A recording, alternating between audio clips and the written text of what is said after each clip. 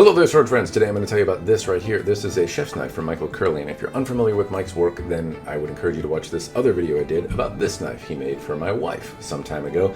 And in a nutshell, these two have some very similar things. Obviously, they're very different knives, but there's some similarities that I can draw from Mike's work, having seen a couple of samples from him that he sent over, having used one for the long term, and then having had this one for a couple of months to test out and monkey around with, that I can, well, some conclusions I can draw from his style and some things I think he does extremely well. Also some nuisance things from the materials he's using, and some things I would say that are criticisms about the knife, and I'll talk about those. Now, if you're interested in a knife from Mike, first off, I'm going to put a link in the description down below to this video right here where I talk about this, and I talk about Mike a little bit more, as well as how you can contact him if you're interested in getting one of these types of knives from him. He's a very talented smith, and I would encourage you to reach out if you have any interest. Anyway, in terms of the knives, the things that I like and the things that I don't like, I'm going to hold up both examples because there's one thing that Mike, I think, does extremely well that maybe doesn't get as much attention as it should, and that is the grips. Now, inherently, both of these grips look really uninteresting to me. They don't compel me a whole lot. This looks like a bad 80s experiment, and this almost looks like a miniature Filipino ganunting style handle or something like that. It reminds me of a Filipino type weapon with this deep swell to keep your hand from sliding off, but that's because I'm more of a sword guy than a knife guy. That said, aside from the fact that neither handle just aesthetically draws my eye to it, or that I think it's aesthetically pleasing, they are profoundly functional. I can see that's a subjective thing. Aesthetically, this may be very pleasing to some people, but to me, they just don't draw my eye the same way that, say, a classic chef's knife would. Something like this I find a little more aesthetically pleasing than this, but that's a very, very subjective thing. The thing I'm trying to get to is that all goes out the window when I actually start using the knife. This fits in my hand better than any knife I've ever held. It feels fantastic and connected regardless if I hold it wrong or right, pinch grip, hammer grip, any kind of grip. I can hold it upside down like Jason or something like that, and it just feels incredibly connected to my hand. Very controllable, very nice. It's something that I noted earlier in that video I made about that particular knife. This one is a little different, but it's no exception. It gives me the same sense of connectivity to my hand. It feels very, very connected no matter what I do. I can also hold this one just with friction. Not that you would necessarily do that while you're cutting. It's just more to suggest that this knife feels very, very comfortable and just instantly becomes part of your hand as you hold it, regardless of how you choose to hold it.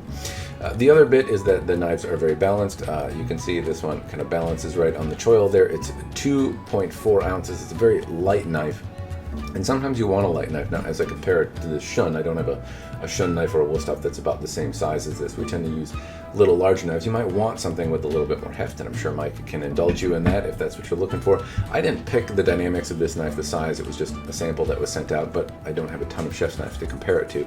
Anyway, the point is it's very nice, very balanced, very nimble. It also has this geometry that it has this slight scoop on the inner portion of the blade, which presumably is going to prevent it from binding or getting stuck or sticking to, or having something else stick to the knife. It's easy to work with, and I didn't notice a lot of stuff sticking to the knife.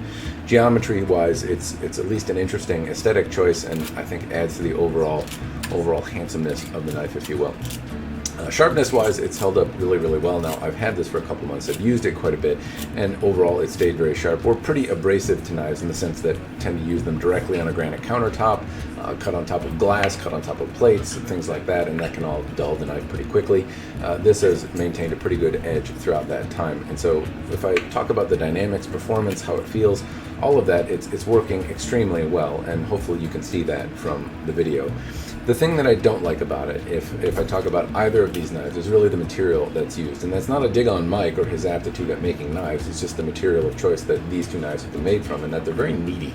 What I mean by that is you can see that they're kind of degraded. They have spotting and rust and things like that. And while that can add some character to the knife, it's not necessarily aesthetically bad. The thing that I keep getting at is that I have to clean it off almost immediately. If I chop fruit, chop veggies, chop anything that could degrade the overall finish on this knife or cause rust to happen, it seems to happen within an hour or less.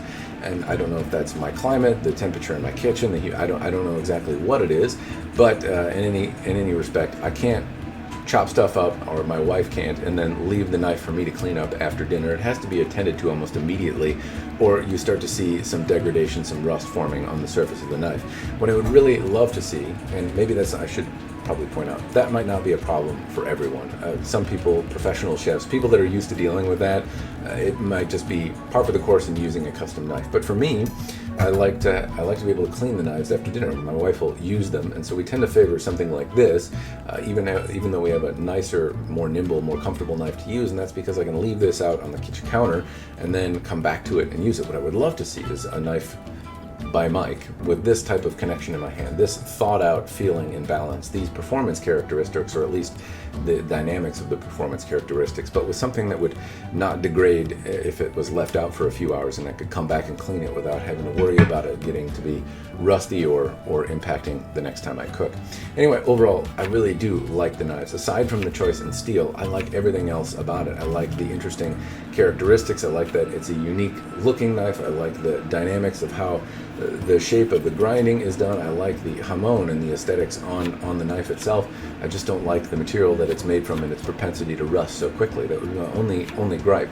Now, Mike didn't think that this one kind of met the standards, and that's why it was sent out as a review sample. But overall, I think it kind of captures the aesthetic of handmade. This wouldn't be something that I would be ashamed to see in my kitchen. It has some rough spots, but it gives it a kind of handmade sense, a little bit of a rougher look to it, but it doesn't suffer any kind of performance degradation for those cosmetic blemishes, you might say. So anyway, that's what I can share with you on the review. Now, bear in mind, I'm not a big chef's knife user, so take what I say with a grain of salt, but I hope the video has provided some interesting bits for you, and if you have any interest in contacting Mike, his contact information is in a link in the description down below.